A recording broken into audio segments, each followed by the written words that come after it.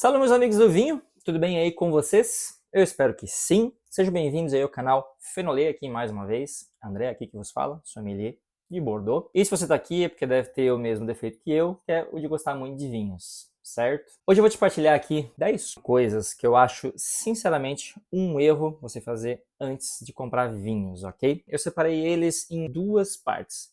7, que são realmente aí para quem tá, de fato, iniciando aí no mundo do vinho. E 3 são para quem já tem aí uma certa experiência. Então assim, ó, já deixa o seu like aí, se inscreve no canal, ajuda este que vos fala, não te custa nada, é R$0, beleza? Então vamos nessa, bora pro vídeo, roda a vinheta.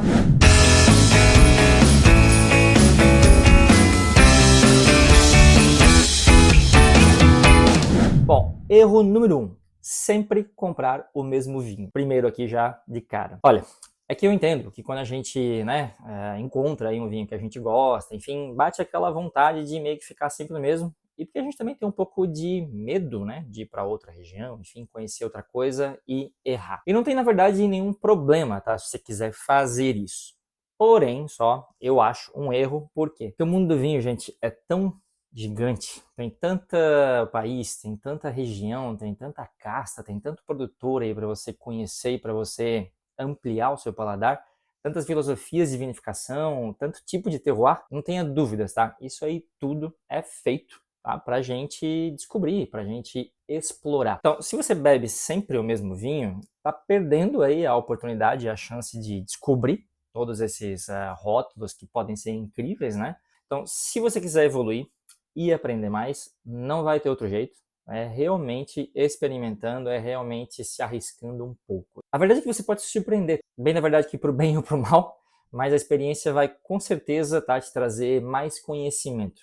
Inclusive, do próprio vinho que você mais gosta, porque é experimentando outras coisas que a gente vai tendo também as mais certezas. Evita esse erro, eu acho que você só tem a ganhar. Erro número 2. Comprar vinho sem pensar na ocasião. Gente, vinho precisa combinar com o momento. Se você compra sempre o mesmo vinho, eu já tenho certeza que você está fazendo esse erro 2 aqui também. Porque, automaticamente, eu tenho certeza que as suas situações não são sempre as mesmas. Não adianta comprar um vinho aí super encorpado, aquele bordozão clássico, bonito, por exemplo, para um dia de calor na praia. Ou então, sei lá, um bom champanhe aí, achando que ele vai harmonizar com aquela picanha, suculenta, bonitona na brasa. Tem que pensar na ocasião, não adianta, no prato, no clima, antes de escolher o vinho. É o conjunto disso tudo que vai fazer a harmonia ali do negócio. Nem sempre todas as condições vão ser as ideais. Claro, por exemplo, imagina aí a situação, que esse churrasco aí é na praia. Para o churrasco em si, o Bordeaux, ou até mesmo o Malbec clássico argentino, são boas opções.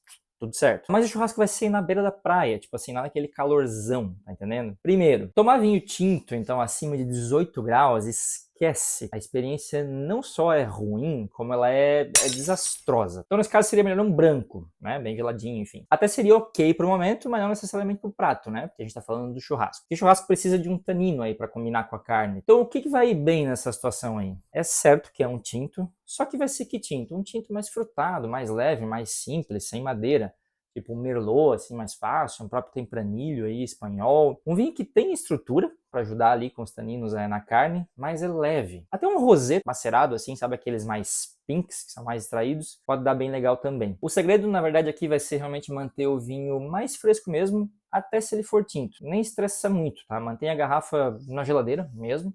Ou para ser mais simples, né, coloca aí naquela champanheira com gelo e água, como se fosse um branco. Serve o vinho, e imaginando aí uma situação típica no Brasil, né, que vai estar aqueles 30 graus pelo menos, né, na praia ali, sem ar-condicionado, nada. Em coisa de 5 minutos ali na taça, o vinho já vai estar na temperatura boa de novo, que é entre 14 e 16 graus, aí para tomar um vinho tinto um pouquinho mais fresco. Parece complicado, mas também não é tanto. É só prestar um pouquinho de atenção que a gente consegue chegar aí numa condição que seja ideal, e dá sim para tomar o vinho, mesmo que seja nas condições aí não exatamente ideais, e que vai combinar tanto com a condição da situação, quanto com o prato em si.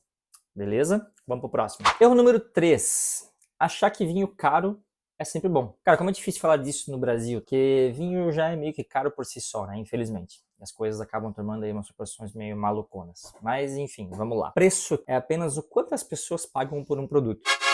que parece óbvio, tá? Uau, né? Mas assim, além do preço, entra uma questão que é o valor. E o valor é o quanto as pessoas aceitam ou estão dispostas a pagar por um produto, entendeu? Quer um exemplo? Eu já trabalhei muito tempo na confecção aí de roupas, tá? E eu já vi com meus próprios olhos camisetas saindo da mesma fábrica, iguais, feitas exatamente aí do mesmo jeito, com a mesma costura, enfim, não mudava absolutamente nada. A única diferença é que uma tinha uma marca que eu vendia, custava aí R$ 50 no ponto de venda, e a outra tinha um jacarezinho, bordadinho, assim, bem bonitinho, a única coisa que mudava.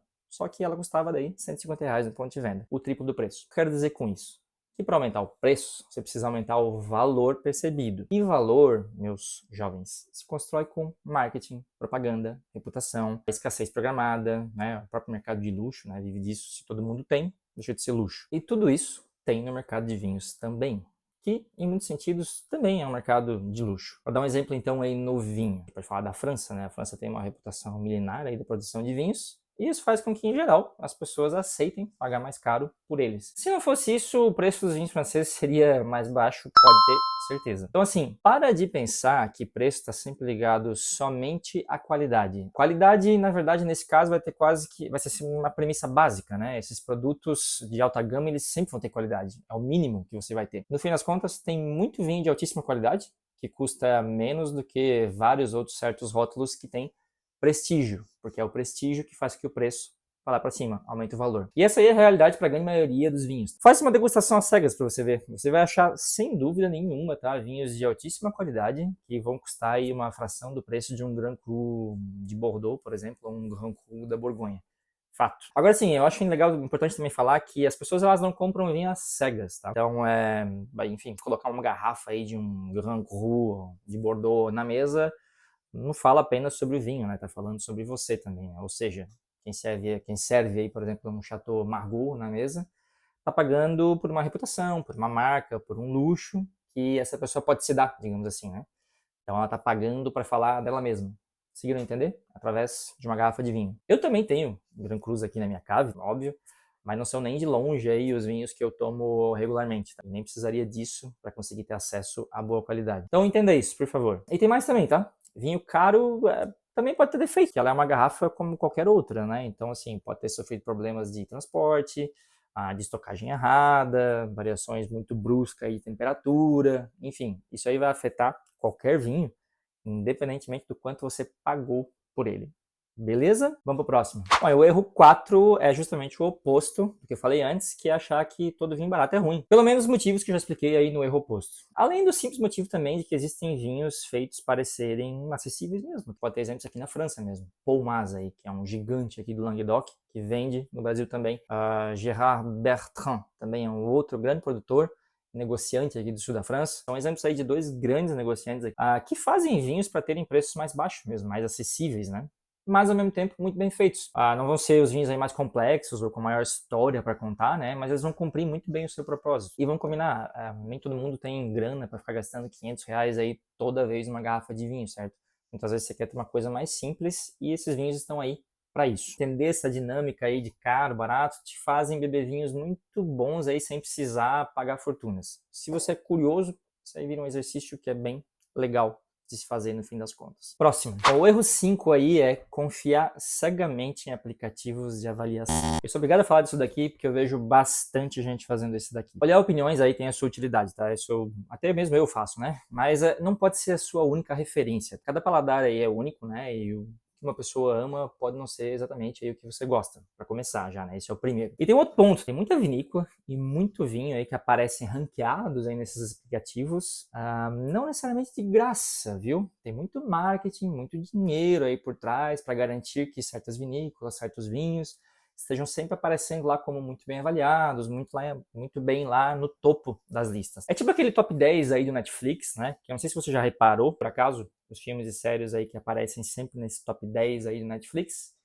eles são sempre produções da Netflix. Então assim, a minha dica é, não seja ingênuo. Use essas avaliações aí como referência, enfim, mas nunca como uma verdade absoluta, pelo amor de Deus. E você faz uma coisa, tá? Tenha cuidado com o algoritmo. Porque esses dias mesmo meu irmão estava comentando que ele estava querendo comprar um vinho lá dentro de uma plataforma que vocês conhecem muito bem aí, um aplicativo que se chama Começa com V, termina com No, Vivino, né? E ele estava comentando que na hora de fazer a compra, o aplicativo ficava dizendo para ele, perguntando para ele se ele tinha certeza que ele queria comprar aquele vinho, porque tinha apenas 15% de compatibilidade com o gosto dele. Bom, para começar, eu não sei de onde é que eles tiram esse 15%, né? Enfim, mas é um algoritmo que eles criaram para fazer isso. Mas para mim o ponto nem é esse. O ponto é tipo, tá, então agora ele não pode querer experimentar outra coisa, querer ampliar o horizonte. Esse aí até na verdade são os problemas dos algoritmos de um modo geral, né? Eles vão criando essas bolinhas. Então, no fim das contas, as recomendações que aparecem ali para você são sempre meio que variações da mesma coisa que você sempre está bebendo. Então, não é algo que te ajuda a partir para frente. A tendência é que crie sempre essa bolha. Então, a gente vai sempre tendo um viés assim de confirmação daquilo que a gente sempre acha bom e a gente fica achando que todo mundo acha as mesmas coisas boas, assim como nós. Enfim, vocês entenderam o que eu quis dizer. Mas resumindo, use com moderação, beleza? Vamos pro próximo. Bom, e o sexto erro é não aproveitar desconto. Eu andei vendo aí nos últimos tempos no Brasil e olhando aí sites na internet e tudo mais. Eu vejo que o Brasil é um país que tem boas promoções de vinhos, viu? Tem muitos vinhos que entram na promoção por motivos como troca de safra, como importação nova, ou simplesmente uma ação comercial mesmo, que tem bastante por aí. Que é uma coisa que é muito rara por aqui, tudo é muito mais engessado, é tudo muito mais trancado. Tudo bem que o vinho em geral não é tão caro que nem no Brasil, né? Mas a bem da verdade é que se você quer experimentar coisas novas e, enfim, ampliar um pouco o horizonte, dando uma fuçada, tem sempre lá um vinho que até mesmo eu, por exemplo, se estivesse no Brasil, teria comprado, que estava com, sei lá, 50% de desconto e eu nunca tinha provado. Então eu acho que está aí a chance de eventualmente você aproveitar um pouco das promoções para poder aí te ajudar nessa condição de tentar não cometer ali aquele primeiro erro de sempre ficar no mesmo vinho. Então, enfim, tente aproveitar. Não estou aqui nem fazendo ódio aí importadoras e tudo mais, mas eu acho que hoje em dia, comparando até assim com o que eu vejo aqui, tá que eu acho que tem bastante promoção mesmo que, ok, o preço não vai ficar lá o melhor de todos, mas essa possibilidade é para você para conhecer alguma coisa nova. Beleza? Vamos pro próximo. O erro 7 é comprar vinho só porque ele tem uma medalhinha. Mas esse erro aqui eu vou economizar gogó, porque eu já falei bastante sobre vinhos com medalhas, o que que isso quer dizer, enfim, qual é a problemática com isso também, quais são as coisas interessantes, num vídeo aqui, que eu vou deixar aqui, para que vocês possam clicar. É o vídeo sobre vinhos medalhados, se eles valem a pena ou não, mas já te adianto que sim, é um erro comprar vinho só porque ele tem uma medalhinha, beleza? Próximos três aí são, como eu disse, né, são para quem já tem aí uma certa experiência e subir um pouco o degrau mais básico. Esses erros, na verdade, eles não são exatamente erros de compra, né, como a gente estava falando antes, mas sim erros de postura. E no final das contas vão acabar influenciando de maneira problemática as compras que essa pessoa vai fazer. Tenta me acompanhar aí agora nesses próximos três tópicos. Bora. Achar que o atendente ou que os outros não sabem nada. Eu vou começar por esse daqui porque eu acho que ele é importante ser citado. Tem muitos amadores que quando eles adquirem aí uma certa experiência no vinho, eles se tornam assim. E eu sinceramente acho que esse aí é um dos grandes problemas do mundo do vinho ou do mercado do vinho, ele não se popularizar um pouco mais aí no Brasil, porque as pessoas acabam se sentindo como é que eu vou dizer, intimidadas, né, por isso. Eu não estou dizendo que esse é o único ou principal motivo, tá? Tem muitos outros, mas certamente é um dos. E eu não posso deixar de citar como esse fenômeno, de certo modo, me impressiona. Porque o vinho é uma bebida associada aí à convivialidade, à troca, partilha, falar sobre ele, discutir, enfim. Tudo isso faz parte da experiência de partilhar vinho, sabe? Em quase todo lugar que eu vou é assim. Mas, infelizmente, tem tanta gente que se porta dessa maneira, assim, tanto quanto arrogante, a partir do momento que adquire um certo conhecimento, né? Mas o ponto aqui é, por que não dá uma chance, né, pro atendente, ou enfim, ou pra pessoa que tá lá para te servir o vinho, né? Tudo bem, eu sei que o serviço aí de vinhos no Brasil ainda tem muito a melhorar, né? Eu acho que tem muito a evoluir, acho que falta profissional qualificado, de um modo geral. Mas a verdade também é que o mercado de vinhos é normalmente cheio de gente que tem, assim, muita paixão, que é muito apaixonado por isso, né? Então, eu acho, assim, que vale sempre dar uma chance, porque a chance de ele ter algum conhecimento e alguma coisa para partilhar aí que você talvez não tenha visto ainda, pode ser sempre grande. Próximo, comprar vinho do contatinho do Zap.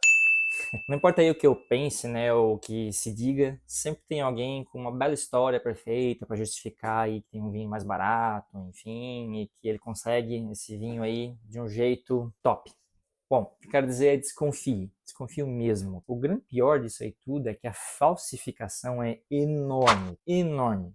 Eu digo para você que eu acredito, hoje, tá, que tem rótulo que eu, sinceramente, nem devo ter bebido o real oficial de verdade, tá? Nunca. Que hoje, obviamente, naquela época não tinha muito como distinguir isso, tá? Mas hoje, assim, pensando, eu acho que eles tinham erros, assim, meio grosseiros. Quando eu comecei a olhar bem, né, e comecei a perceber a história que me contavam também sobre como é que vinha esse vinho, era sempre uma coisa meio um esquemão aí. Então, por mais linda e perfeita que a garrafa pareça, pensa duas vezes aí antes de confiar em qualquer oferta milagrosa, porque hoje em dia, tá, com a tecnologia que a gente tem, com a facilidade de impressão de etiqueta, isso aí é a coisa mais fácil que tem. Não é só a questão do contrabando em si. Mesmo que você esteja pagando mais barato, você está pagando um negócio que não é aquele que diz ser. Próximo e último agora.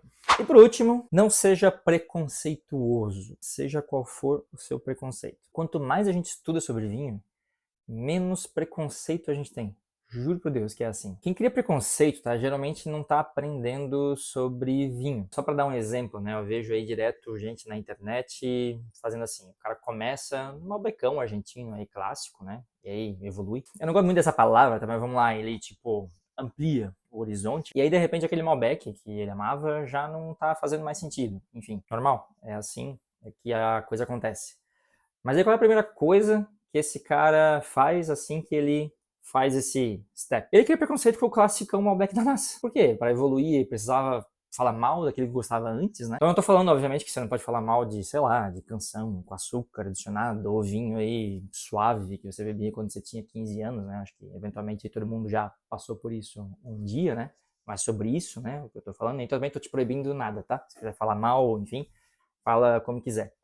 Eu só tô falando que esses Malbecs, eles têm um público, e eles não têm nada de errado porque eles não são vinhos defeituosos, são vinhos feitos num estilo, que talvez você já gostou, mas hoje não goste mais.